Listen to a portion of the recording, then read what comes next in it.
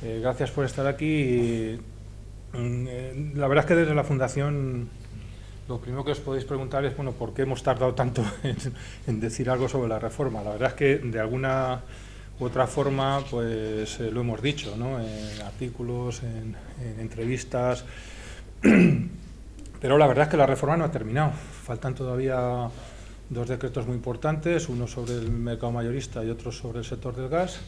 Y luego, alrededor de la reforma, ha habido normas que en principio no se incluyen en la reforma, pero que afectan de manera, incluso en algún caso, de manera muy sobresaliente en el sistema eléctrico, como es la Ley 3/2013, que se publicó, me parece que a primeros de, yo creo que ya fue en junio, la ley que disuelve, por decirlo de alguna manera, los organismos reguladores independientes, la CNE entre ellos, y crea la Comisión Nacional de los Mercados y la Competencia. Curiosamente, aquí parece que nadie se ha enterado hasta el día de hoy, y sin embargo eso ha afectado ya de manera gravísima a la eliminación de la competencia en el sistema eléctrico y en el sistema energético español. Ha habido otro Real Decreto que modifica por completo el cierre de las centrales nucleares españolas, es decir, el Real Decreto de Residuos Radiactivos que modifica la normativa actual sobre el cierre de nucleares.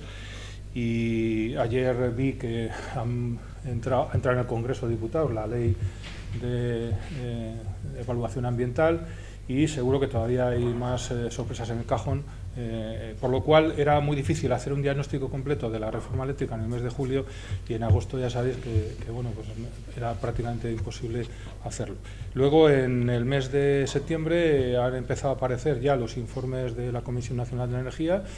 Yo lo calificaría del testamento de la Comisión Nacional de la Energía, y todavía faltan informes. Pero cuando ya hemos visto estos informes, incluso ayer, sorprendentemente, la Comisión Nacional de la Competencia también opina sobre el tema. El Gobierno ha nombrado ya al que va a ser presidente del nuevo organismo regulador, de la Comisión Nacional de los Mercados y la Competencia, etcétera. Pues ya sí que teníamos un cuadro suficientemente amplio de conjunto para hacer una primera valoración. Yo, como luego os vamos a entregar un documento, o el documento que yo os voy a explicar, y que yo creo que todo lo que yo os puedo contar ahora está ahí escrito, pues leeros el documento, que es lo que yo os pido, lo difundáis y que lo reproduzcáis en la medida que creáis conveniente. Yo voy a empezar por el final del documento, y es que son las propuestas que la Fundación va a desarrollar a partir de ahora. Lo que está pasando prácticamente es nosotros lo hemos calificado de involución. Involución es un paso atrás, es retroceder y ir o volver hacia la defensa de un mix energético convencional basado en el carbón, el gas y la energía nuclear, y basado en lo que ha sido hasta ahora todo ese mix y la regulación que lo ha apoyado, que es salvaguardar ante todo el rating del sector eléctrico español. Y nosotros en el documento pues decimos que eso va a ser un fracaso. Pero las propuestas que nosotros planteamos en el documento para caminar hacia adelante y ver cómo se puede intentar hacer una modificación de lo que se nos ha venido encima, nosotros planteamos tres propuestas que son las que queremos trasladar a la sociedad. La Fundación Renovables, desde que nació, desde que la fundamos hace ya más de 3 años, lo hicimos porque pensábamos que el cambio de modelo energético era una necesidad para salir de la crisis económica de este país, y que esa salida de la crisis económica pasaba por un nuevo modelo energético, y que tenía que salir de la sociedad. Es decir, que no confiábamos ni en la actividad de los partidos políticos o de los gobiernos, porque los gobiernos que se han sucedido pues realmente lo que han ido es llevándonos más atrás todavía de lo que pensábamos. Tienen ustedes que pensar que estamos en un sistema eléctrico casi de las primera y segunda revolución industrial, cuando en el resto del mundo se está cambiando ya por la cuarta, no por la tercera, sino por la cuarta revolución industrial. Es decir, de lo que estamos hablando es del futuro del país, no de lo que tendríamos que hablar del futuro del país, y no de cómo vamos a evitar que nuestro sector energético sea comprado o adquirido por inversores extranjeros. Entonces, nosotros lo que planteamos a la sociedad, hay algo que me parece fundamental, y es que a una normativa, y sobre todo me estoy refiriendo al anteproyecto de ley del sector eléctrico, ahora os explicaré por qué el anteproyecto de ley del sector eléctrico realmente es justo todo lo contrario de lo que estableció la Directiva de Renovables de la Unión Europea del año 2009, directiva que terminó su plazo de transposición en diciembre de 2010 y vamos ya para 3 años donde esa directiva pues no se ha traspuesto todavía al ordenamiento jurídico nacional, y no solamente no se ha traspuesto, sino que ya se va a invalidar por completo. Nosotros vamos a trabajar a partir de ahora en hacer un texto normativo alternativo. Creemos que a esa propuesta legislativa hay que contrarrestar con otra propuesta legislativa alternativa. Nosotros consideramos, y en este documento lo explicamos, que la sostenibilidad económica del sistema eléctrico con estas normas del Gobierno del Partido Popular va a ser un auténtico fracaso. Es decir, el día 1 de enero de 2014 ya os puedo anticipar que volveremos otra vez a hablar de lo mismo que hablábamos a principios del 2013, a principios del 2012, a principios del 2011, y a principios del 2010 y a principios del 2009. Es el mismo debate, monótono, y todas las soluciones que se han planteado no han surtido efecto, con lo cual esta normativa no es válida. No es válida para las necesidades de los ciudadanos, las necesidades de los consumidores y, en definitiva, las necesidades del país. Por lo tanto, vamos a trabajar en una propuesta de texto legislativo alternativo sobre la sostenibilidad del sistema energético español. En segundo lugar, vamos a continuar, y aquí está Cote Romero, en representación de la Plataforma por un Nuevo Modelo Energético, donde la Fundación Renovables pues, ha participado activamente, más activamente en unas cosas que en otras, pero sobre todo lo que sí hemos impulsado desde el primer momento han sido las denuncias que la plataforma ha hecho ante la Comisión Europea en varias visitas. Yo creo que esta normativa obliga a interponer nuevas denuncias, porque el incumplimiento flagrante de la Directiva de Renovables, luego explicaré el concepto clave para mí, se añade ya los incumplimientos de las directivas de eficiencia energética de edificios del año 2010 y de la Directiva de eficiencia energética del año 2012, que todavía tiene un plazo de transposición hasta junio del 2014, pero que al ser directivas que están basadas en el desarrollo del autoconsumo, esta normativa del Gobierno prácticamente hace inviables el cumplimiento de las normas que establecen estas directivas. Por lo tanto, a través de la plataforma vamos a seguir estudiando en nuevas denuncias ante la Comisión Europea por esta normativa del Gobierno español. Y en tercer lugar, esta reforma afecta a los consumidores. Evidentemente se desmantela el sistema de renovables, pero se penaliza 3 veces al consumidor español. La primera con 2 peajes. La subida de peajes a quien más afecta es al consumidor en baja tensión, que es aproximadamente el 75% de todos los consumidores eléctricos, subidas muy elevadas, con lo cual se penaliza por primera vez al consumidor. Por segunda vez se le penaliza a través de los presupuestos generales del Estado. Una de las claves erróneas, además, del anteproyecto de ley del sector eléctrico es que el sistema se va a financiar a través de los peajes y a través de los presupuestos generales del Estado.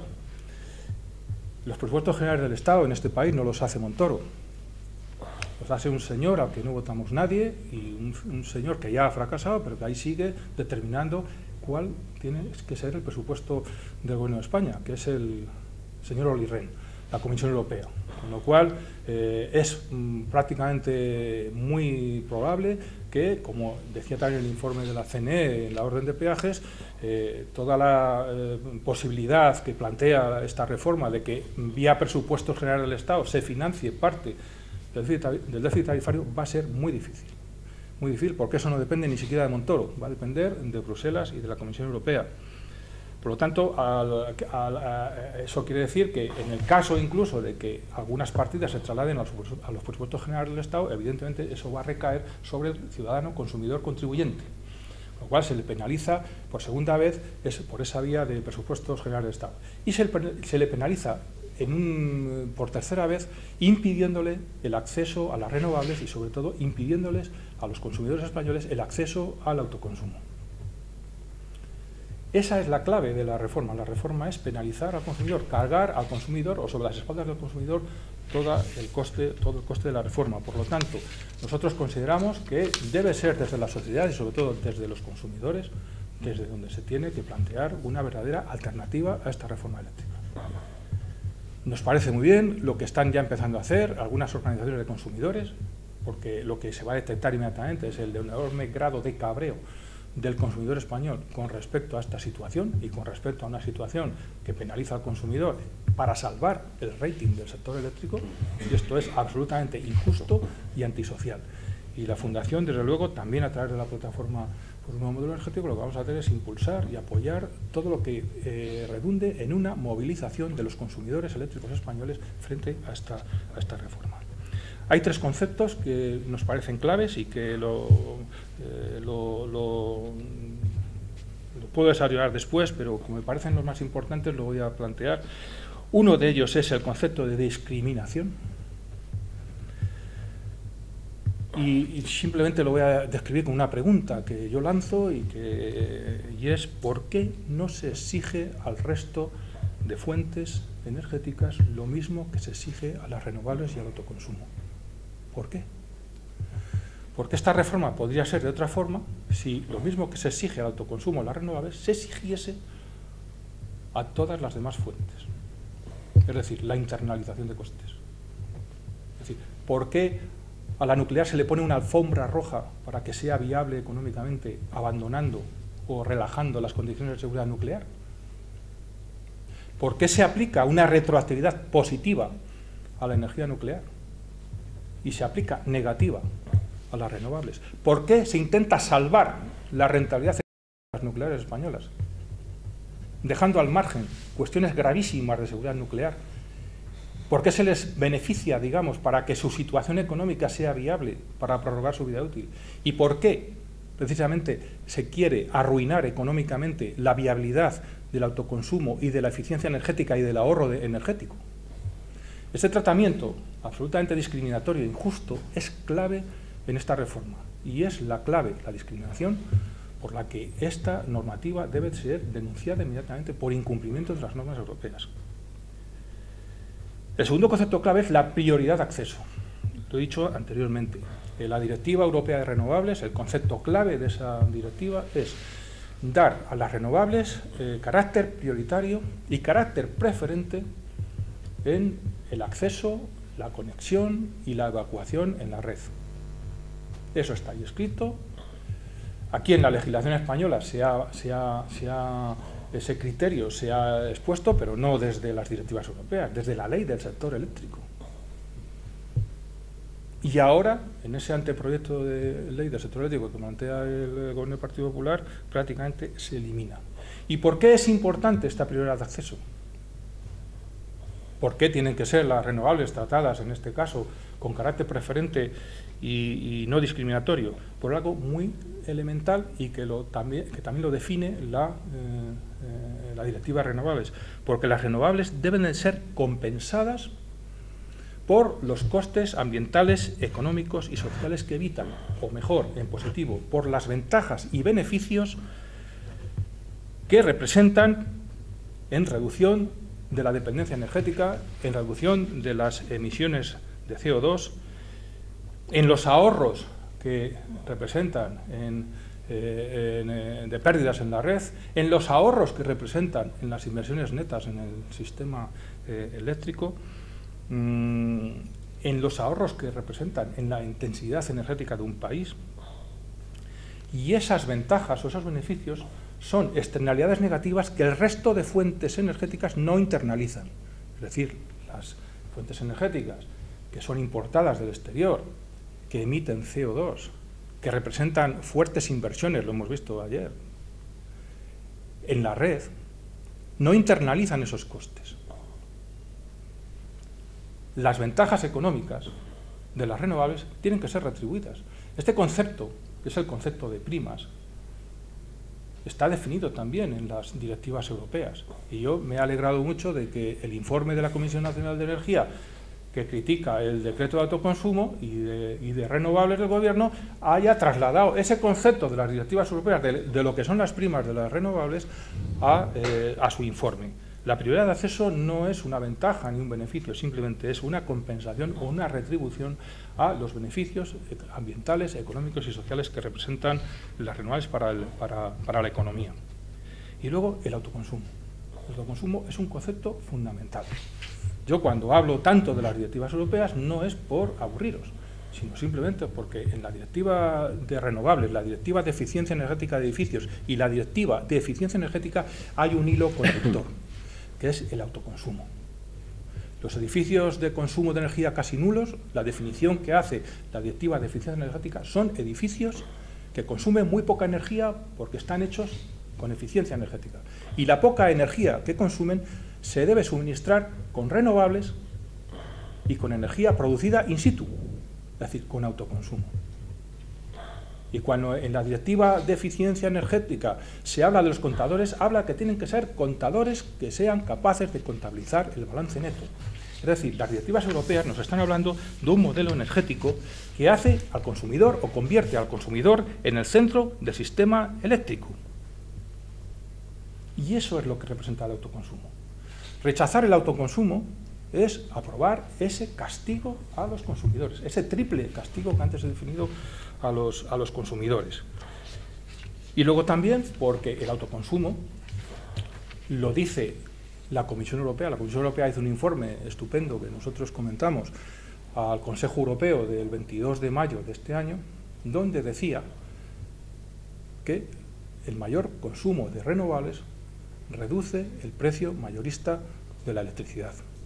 Con lo cual, eso no solo es en Canarias, como piensa el ministro, es también en la península, como dice correctamente la CNE, pero es también en Europa. Es decir, cuando nosotros decimos que el mayor consumo de renovables reduce el precio mayorista de la electricidad, no nos lo estamos inventando. Está escrito por la Comisión Europea, y la Comisión Europea, el objetivo prioritario de la Unión Europea es ahorrar importaciones de petróleo y de gas. Y por eso está muy interesada en que se desarrolle el autoconsumo y la generación distribuida, porque eso es reducir las importaciones de gas y de petróleo.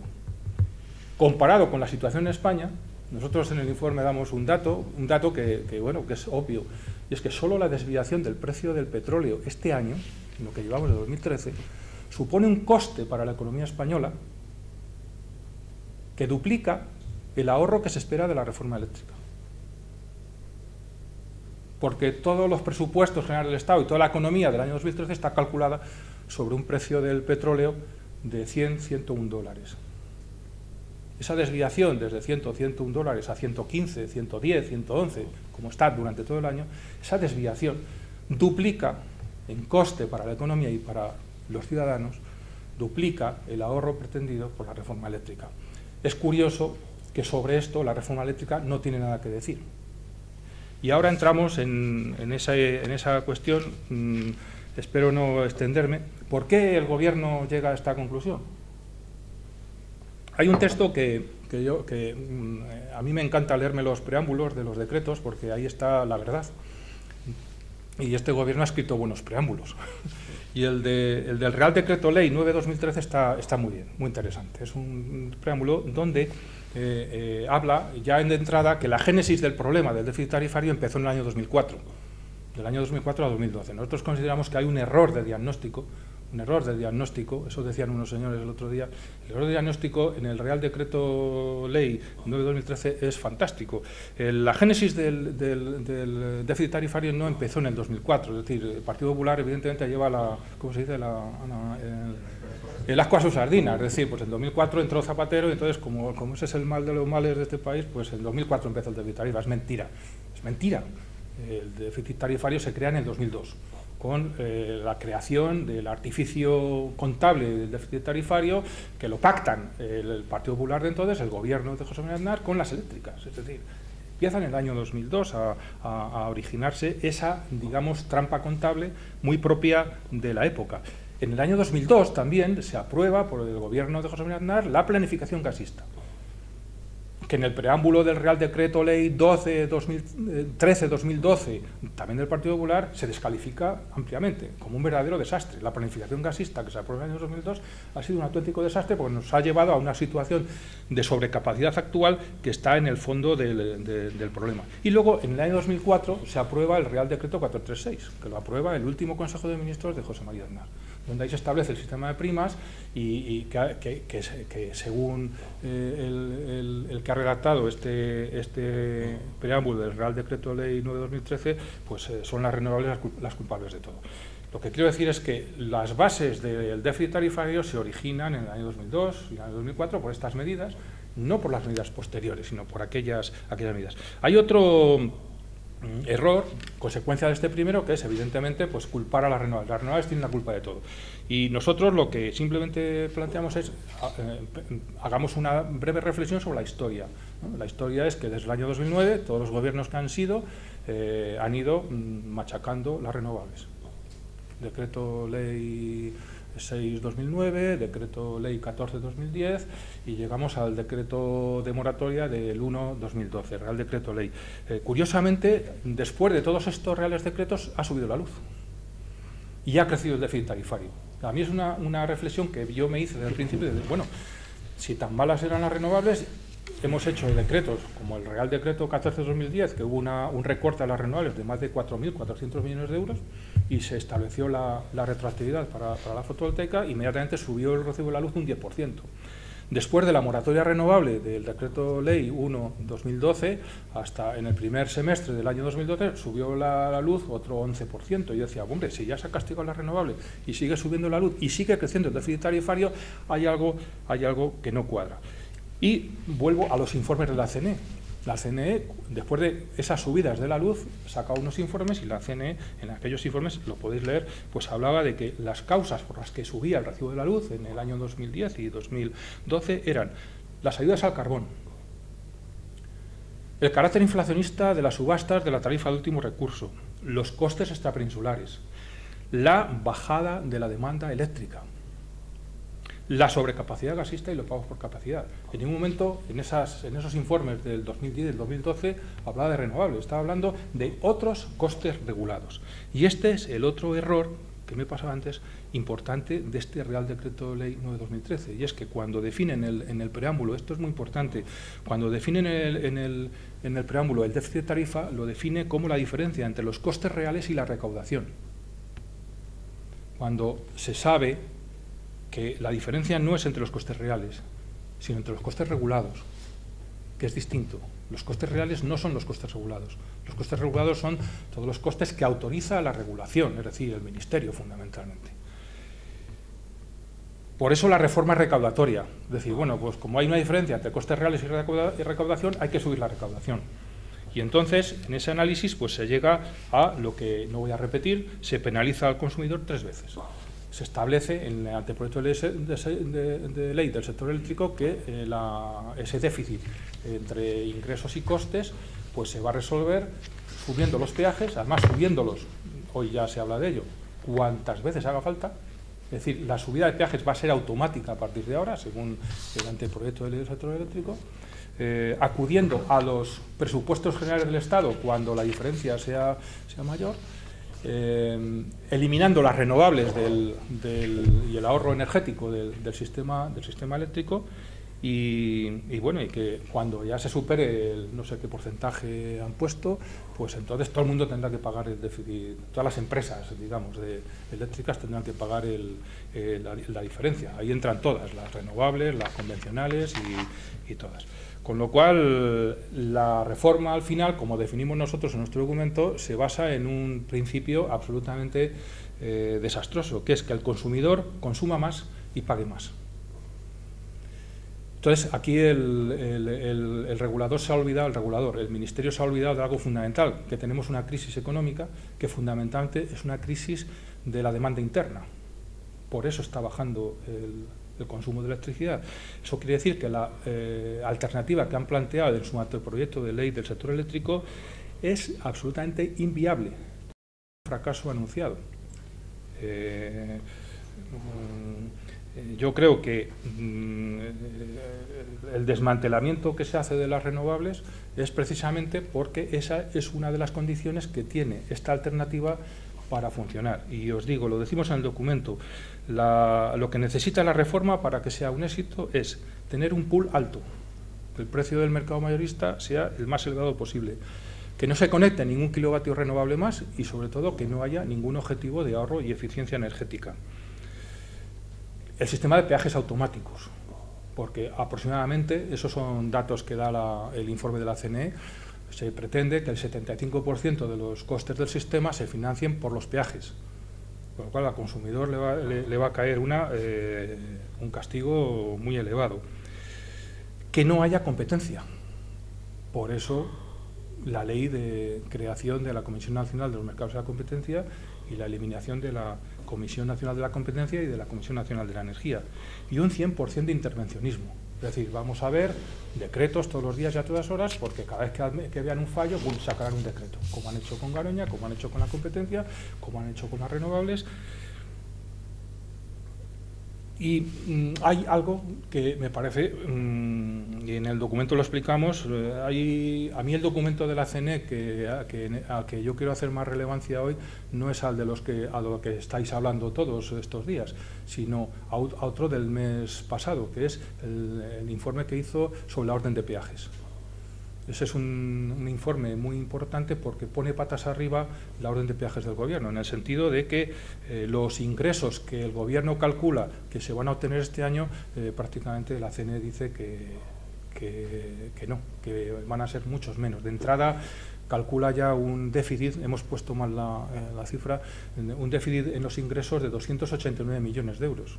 Es decir, que va a haber, ya la CNE simplemente en el primer informe ya habla de que los ingresos que calcula el Gobierno no van a ser esos, que van a ser de entrada 289 millones de euros más.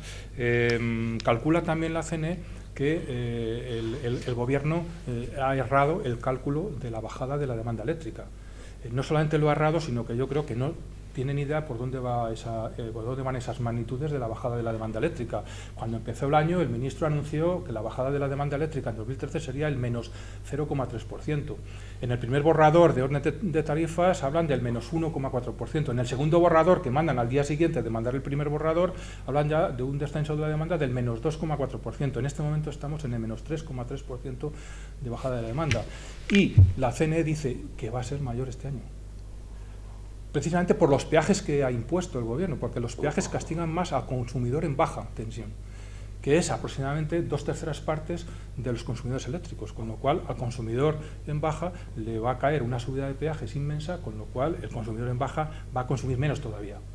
Entonces la CNE hace este análisis y dice la demanda eléctrica va a bajar mucho más, y también es escéptica de que los presupuestos generales del Estado vayan a ir en ayuda del déficit tarifario o el exceso de déficit tarifario que se produzca. Ya he explicado eso y no voy a insistir más. El Real Decreto de Garoña es una manifestación de otra cosa, y es que todo este encaje de bolillos, que no tiene visos de salir bien, está exclusivamente destinado a mantener un mix energético, llamémosle convencional, un mix energético con más carbón, más gas y más nuclear. Por eso una de las condiciones es que no haya renovables por una razón, porque lo que ha pasado en el año 2013, que es otro error de diagnóstico del Real Decreto Ley 9/2013, es que el análisis que hace de lo que ha pasado en el 2013 es que sobran renovables. Como las renovables, sobre todo hasta el mes de mayo, abril o mayo, las renovables tuvieron un incremento de generación muy importante, porque la culpa no es del sector renovable, es que ha llovido más y ha hecho más viento. Y entonces, como eso ha provocado una mayor generación renovable, ha bajado el precio del pool. El precio del pool en el mes de abril, a ver si lo encuentro, en el mes de abril eran 18 euros megavatio hora. En el mes de mayo se puso a 43. ¿Qué había pasado? Pues que del mes de abril al mes de mayo la producción con carbón subió un 114%. Es decir, de abril a mayo lo que pasa es que la producción renovable baja el precio del pool y la mayor producción convencional, llamémosle carbón, gas, sube el precio del pool. Entonces, lo que el Ministerio de Industria plantea es decir, bueno, suprimamos las renovables. No hay que hacer renovables. ¿Por qué? Porque una de las condiciones que necesita el sector eléctrico para tener ingresos suficientes es que el pool sea alto. Veremos a ver qué pasa en las próximas subastas. El decreto de Garoña, voy a hablar poco de él, pero simplemente hay algo que me parece, lo he dicho antes, pero me parece que es lo que yo quiero subrayar más, es cómo se está aplicando retroactividad positiva a todo el sector nuclear español para salvar las condiciones económicas de viabilidad, que haga viable la prórroga de vida útil de las centrales nucleares, con lo cual ahí se está aplicando retroactividad positiva, es decir, vamos a rebajarle los impuestos, vamos a eliminar sus costes de seguridad nuclear, lo cual me parece una irresponsabilidad de este Gobierno y del Consejo de Seguridad Nuclear. Prácticamente se ha obligado al Consejo de Seguridad Nuclear a informar en 10 días del último Real Decreto de residuos radioactivos, lo cual es una auténtica barbaridad. Simplemente para decir que una central nuclear, por razones económicas, no podrá cerrar nunca. Podrá prorrogarse su vida automáticamente porque han separado las razones económicas de las razones de seguridad. Para mí, las razones de seguridad van íntimamente vinculadas a la viabilidad económica de una central, porque los costes de seguridad son seguramente los costes más importantes de gestión, mantenimiento y de futuro de una central nuclear. Si esos costes se separan de la viabilidad económica, realmente lo que se les está haciendo es un regalo, además retroactivo, porque ese Real Decreto no solamente vincula a Garoña o al futuro de Garoña, sino al futuro de todas las centrales nucleares.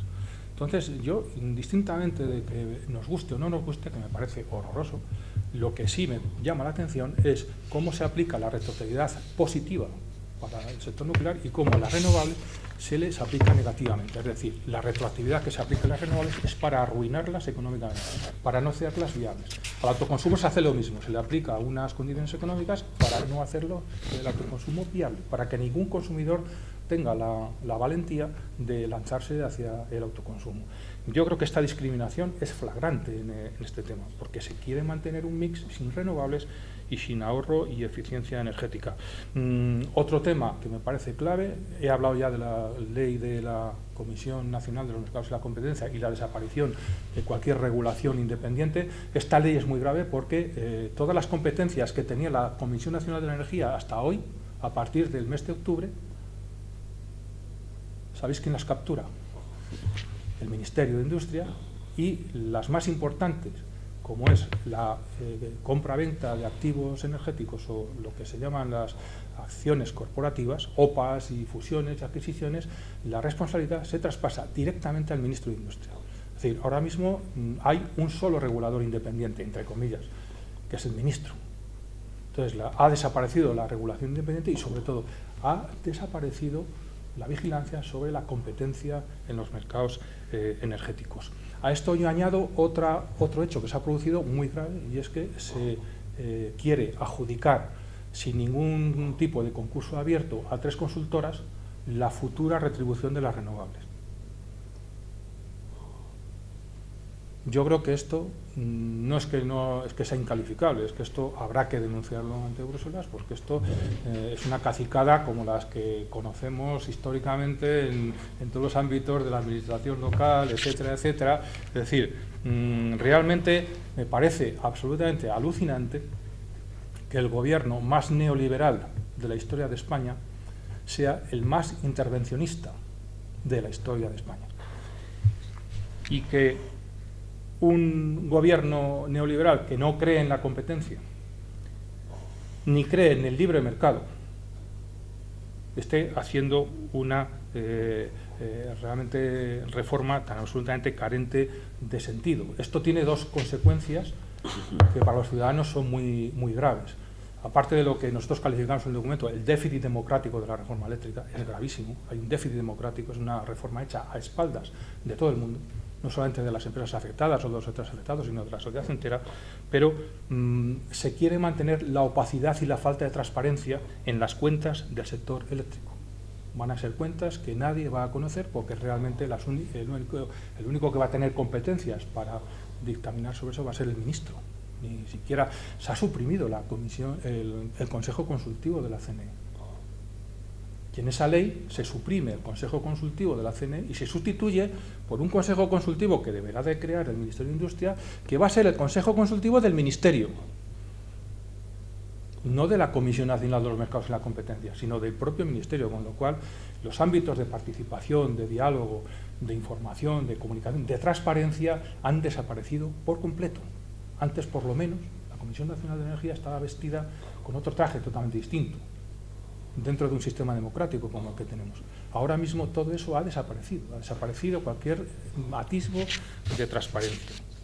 Y todo esto por defender el rating de las empresas eléctricas, cosa que no depende ni siquiera de la regulación, porque eso va a depender de los mercados internacionales y de la competitividad de la economía en los mercados internacionales. Yo estoy muy preocupado por los titulares que han aparecido últimamente, de que España está en venta, de que hay gente deseando entrar a España, como aprovechar la gran devaluación que se ha producido. Y yo creo que eso es lo que a mí como ciudadano me preocupa. Y eso solo se puede solucionar con más transparencia, con competencia, no cerrando la competencia solamente a 5 empresas. Lo resumimos más el punto tercero, que es más... Y ya pues voy a ir terminando, ¿no? Porque yo lo que he dicho al principio me parece lo más importante. Yo creo que hay otra cuestión que se olvida en esta reforma, que son los compromisos europeos. La Fundación ha sido muy europeísta desde que nacimos y lo seguimos siendo, porque yo creo que la normativa europea, o lo que se llama el paquete de energía y cambio climático de la Unión Europea para 2020 es muy importante, porque está basado en dos prioridades fundamentales, que son dos prioridades, por cierto, ignoradas en esta reforma, que son la reducción de las importaciones energéticas. En la Unión Europea son 400.000 millones de euros lo que Europa tiene que pagar por importar gas y petróleo cada año. En España son 45.500 millones de euros cada año los que tenemos que pagar por las importaciones energéticas. Es una cantidad inasumible. Si esto es el 3% del presupuesto, perdón, del PIB europeo, para España es casi entre el 4,5 y el 5% del PIB español. Es decir, España es seguramente el país de la Unión Europea con mayor dependencia energética. Entonces, el objetivo europeo de energía y cambio climático para 2020 es un objetivo que no se trata de hacer más renovables por hacerlas, sino se trata de reducir la dependencia energética de Europa y de reducir sus emisiones de CO2. Estas dos prioridades, como podéis ver en cualquier hemeroteca desde hace ya 2 o 3 años, estos objetivos en la política española han desaparecido. La agenda política española no tiene en cuenta ni la dependencia energética ni la reducción de emisiones de CO2. Yo no lo he visto en ningún sitio. Como que no he visto ninguna reacción política a esta reforma.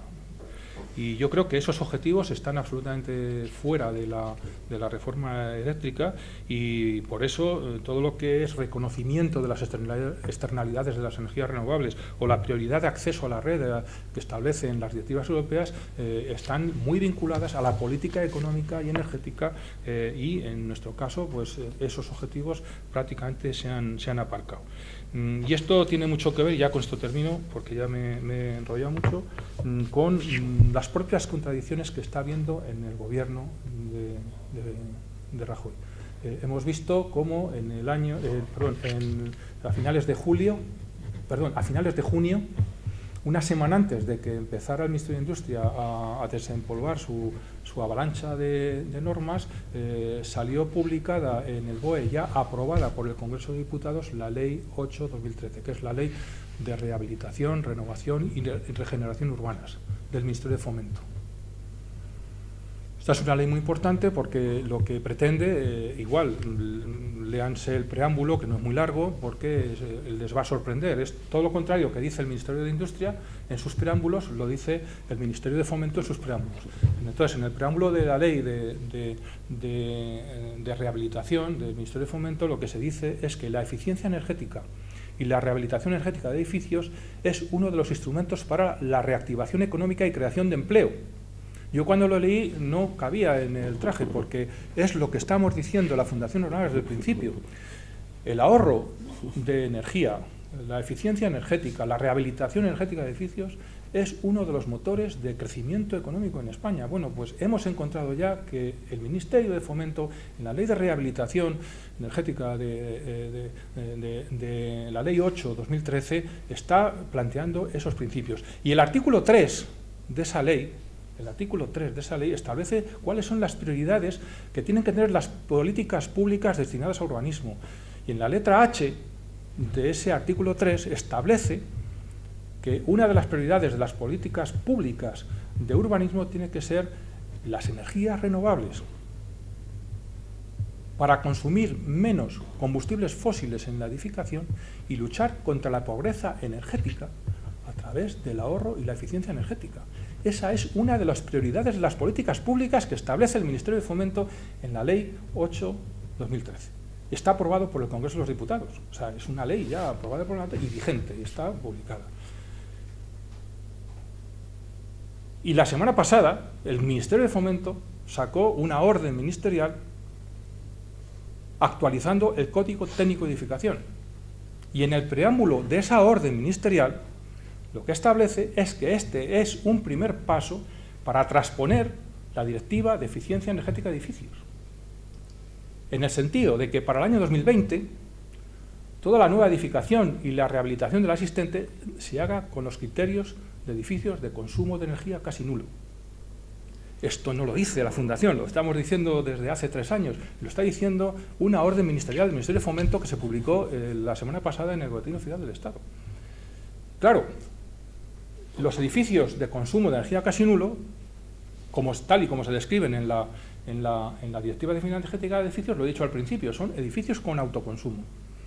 Entonces, si el Ministerio de Fomento está planteando la rehabilitación energética como autoconsumo como una de las posibilidades de creación de empleo y de reactivación de la economía española, no se puede entender que lo que hace el Ministerio de Fomento de un gobierno con la mano derecha, el Ministerio de Industria con la mano izquierda lo niega y lo impide. No es que lo niega, es que lo impide. Es que los decretos que ha aprobado o que quiere aprobar el gobierno en la reforma eléctrica impiden que se cumpla la normativa que ya está publicada y aprobada por el Ministerio de Fomento. Yo creo que esta es una contradicción, que a mí alguien me pregunta, bueno, ¿y esto qué puede suceder? Pues no lo sé, pero lo que es cierto es que si este país necesita políticas de empleo y políticas de crecimiento económico, ya sabemos que hay gente que sí ha dado con la clave, que es la que nosotros dijimos hace ya 3 años, desde que se fundó la Fundación Renovables, y es que la salida de la crisis económica exige necesariamente un cambio de modelo energético. Y esto tiene otra variante, y es que sin la una no se producirá la otra. Es decir, la reactivación económica no va a ser posible con el modelo energético actual. Nada más. Pues hay más cosas y las podéis leer en el documento.